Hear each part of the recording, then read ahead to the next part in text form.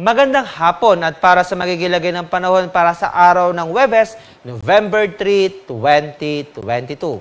Makikita natin sa ating Southern Jimmy, ito ang binabantay natin na low pressure area na dati pa rin bagyong Queenie ay namataan sa layong 140 kilometers silangan ng Davao City. Patuloy ito nagdudulot ng makulimlim na panahon na may kalat-kalat na pag-ulan at pagulog dyan sa Caraga, Northern Mindanao area, dito sa may Soc-Sargen at sa may Lanao del Sur at Maguindanao provinces. Kaya patuloy pa rin ang ating paalaala sa ating mga kababayan sa mga nabanggit na lugar na maging alerto pa rin sa mga posibleng epekto ng mga pag-ulan na nadala pa rin itong ating low pressure area.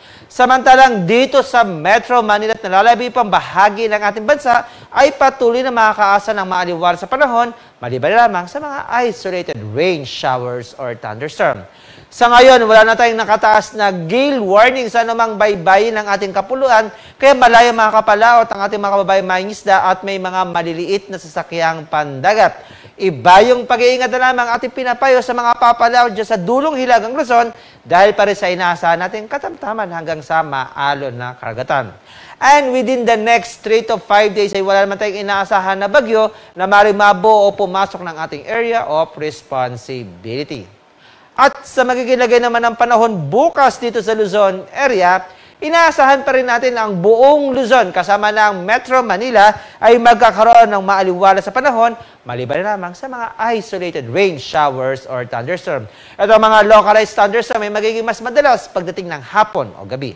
Agwat ng temperatura dyan sa Tuguegarao City bukas ay mula 24 hanggang 32 degrees Celsius, 24 to 33 sa Lawag area at samantalang Baguio City ay mula 16 hanggang 24 degrees Celsius. Sa mga kababayan natin dyan sa Legazpi City, ang agwat ng temperatura bukas ay mula 26 hanggang 32 degrees Celsius, samantalang 25 to 32 sa Puerto Princesa, 25 to 31 sa Kalayaan Islands at sa may Tagaytay City ay mula 21 hanggang 31 degrees Celsius. At dito sa Metro Manila, ang agwat ng temperatura bukas ay mula 25 hanggang 31 degrees Celsius. Inaasahan pa rin natin ang thunderstorm dito sa Luzon area dahil hindi pa nga natin nakikita ang epekto ng papasok na amihan sa mga susunod na araw. Para naman sa mga kababayan natin dyan sa Visayas at Mindanao, makakaasa na sila bukas ng maaliwala sa panahon, maliban lamang sa mga isolated rain showers or thunderstorm. Inaasahan na nga natin na maaari nang matunaw itong mga kaulapan na dala ng low pressure area dyan sa Mindanao, kaya magkakaroon na sila ng generally fair weather condition. Isolated or localized thunderstorm ang pwede magdulot ng mga pagulan sa malaking bahagi ng Kabisayaan at Mindanao. Agwat ng temperatura ng Tacloban City ay mula 23 hanggang 31 degrees Celsius, 24 to 30 sa Metro Cebu area at sa may Iloilo City ay mula 24 hanggang 30 degrees Celsius.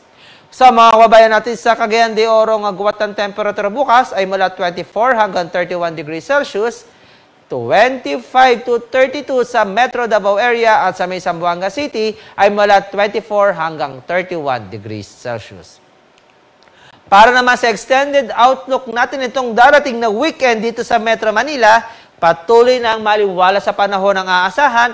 Meron na tayong may chance lamang tayo ng mga afternoon localized thunderstorm. Kaya yung mga naunsyaming biyahe nitong nakaraang linggo dahil nga sa pagdaan ni Bagyong Paeng ay maaari nang ituloy ngayong weekend or pwede na rin maglaba itong ating mga kabayan nga na napinsala nitong o naantalang paglalaba dahil nga sa pagdaan ng Bagyong Paeng noong weekend. Agwat ng temperatura ay mula 24 hanggang 32 degrees Celsius. Baguio City, maaliwala sa panahon ng inaasahan, kaya magandang pagkakataon upang magbakasyon dyan sa Baguio City. Asahan lamang ang mga isolated or localized thunderstorm.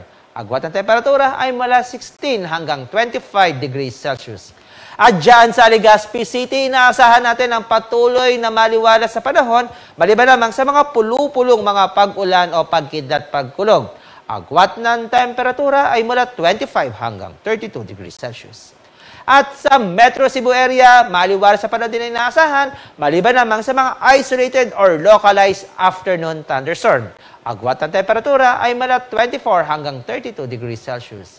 At sa Metro Davao area, inaasahan na rin natin na patuloy ng pag-aliwalas ng panahon, ngunit malaki pa rin ang tsansa ng mga isolated or localized thunderstorm. Agwat ng temperatura ay maglalaro mula 24 hanggang 33 degrees Celsius. Ang haring araw dito sa Kamaynilaan ay lulubog ng 5:27 ng hapon at muling sisikat yan bukas ng 5:52 ng umaga.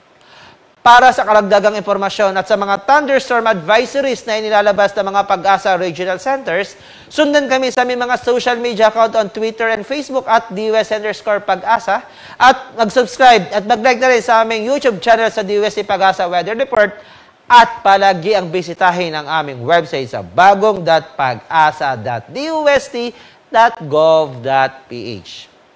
At yan ang latest mula rito sa Weather Forecasting Center ng Pag-asa. Raymond Ordinario nag-uulat.